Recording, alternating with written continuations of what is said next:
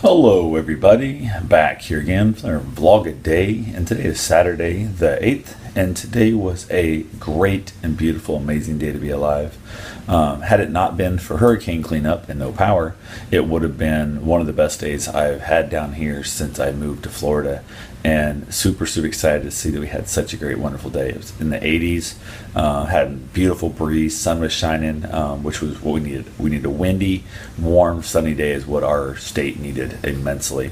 We needed to get this stuff dried out. Everything is still soaking wet. My backyard's still a swamp. It's just like, I don't know, 6-8 inches of water in the back.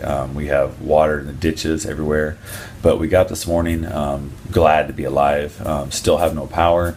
Really have no determination of when we will have power. There's rumors, but nothing, official. Got a generator. Got plenty of gas. I'm keeping my freezer going, which is awesome. I've been able to give frozen water jugs, half-gallon water jugs, to neighbors to keep their stuff cold, which is amazing, and just that's such a great relief. People don't realize how much it is such a spirit booster to be able to have a cold drink. And I've had cold iced tea this entire time. Absolutely amazing. We even actually had a hot meal this evening. We had leftover rice and chicken and a cube steak. We chopped it all up together, got it ready to go, tossed it in the microwave, hooked the generator in the microwave, and because I have a inverter, not a generator, does not risk damaging our electronics, I was able to run my microwave off it, which is an amazing feeling to sit there and eat a delicious meal with heat in the food. It's so much better than just a peanut butter and jelly sandwich. Not that anything wrong with a peanut butter and jelly sandwich, and I would have been happy with that if I wasn't able to actually produce heat, but I was able to do that. We spent a large chunk of the day out there.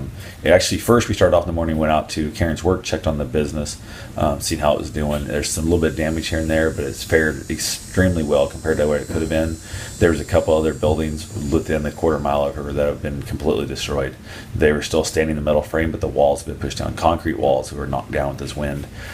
Just immense damage right there at her location. And see, the entire company is so damn lucky and so blessed to have come off so unscathed. So went ahead, while they were there cleaning it up and stuff, I took my power window motor and took the time to reinstall my power windows on my truck. While I was doing that, I'm just waiting for her. We were there a couple hours. I don't know how long it was actually. I think it was over a couple, maybe 3 hours like that. Headed back home, ran over to Beachside, did a little periscoping so people could see kind of damages and stuff. On the way back, we lost signals, so we could not show Florida Shores, which is where we live, the damage here. And the signal's been weak down here. I think a lot of it is nobody else has power, so everybody's just destroying the AT&T data and shutting down the system. So went ahead, got back home, and started kicking ass in the yard. We started dragging all the limbs out. I was able to run my generator, and I off the generator I was running my Sawzall, basically reciprocating saw, like for doing demolitions on houses and stuff. And I was able to chop up my limbs with no chainsaw, which worked out great. And before the night was over, we had 100% of our limbs chopped up in sizes they'll be able to pick up by the city and county, except for the backyard. It's underwater. I didn't feel like waiting around the water today. Also helped the neighbor get cleaned up and helping just back and forth talking. Power guy came by and was looking at our lines. We got a tree down on it still, but he said since the wires were not pinched inside the housing stuff, they'll be able to go ahead and hook us back up as soon as possible. One of the things I kind of he was going to cut our lines and drop them, and I kind of bribed the guy a little bit to basically offer to haul a car of his up to Georgia if he leave my lines hooked up until we can get a tree crew out here to actually take the tree off, because if not, we might be without power for a week or two. And the two neighbors right here, we'd both be without power for a week or two, because it's just, we don't know when we're going to be able to get a tree crew out here. So we're still trying to get a tree crew out here to get that down and get that cleaned up. But as of the moment, we're all good. Everybody's just been pitching in. We've had a little bit of squabbling around people. We've been hearing people squabbling back and forth and just frustration. But we've had tiny little things where we've kind of disagreed on some stuff, but we're doing amazing, absolutely amazing. Karen has been a real trooper. She's out there busting her ass with me, cleaning up limbs and stuff too. She's learned how to use the generator properly, all that good fun stuff. So we are doing great. I got my run in again. I kept my run streak alive, which was awesome. It was beautiful running weather.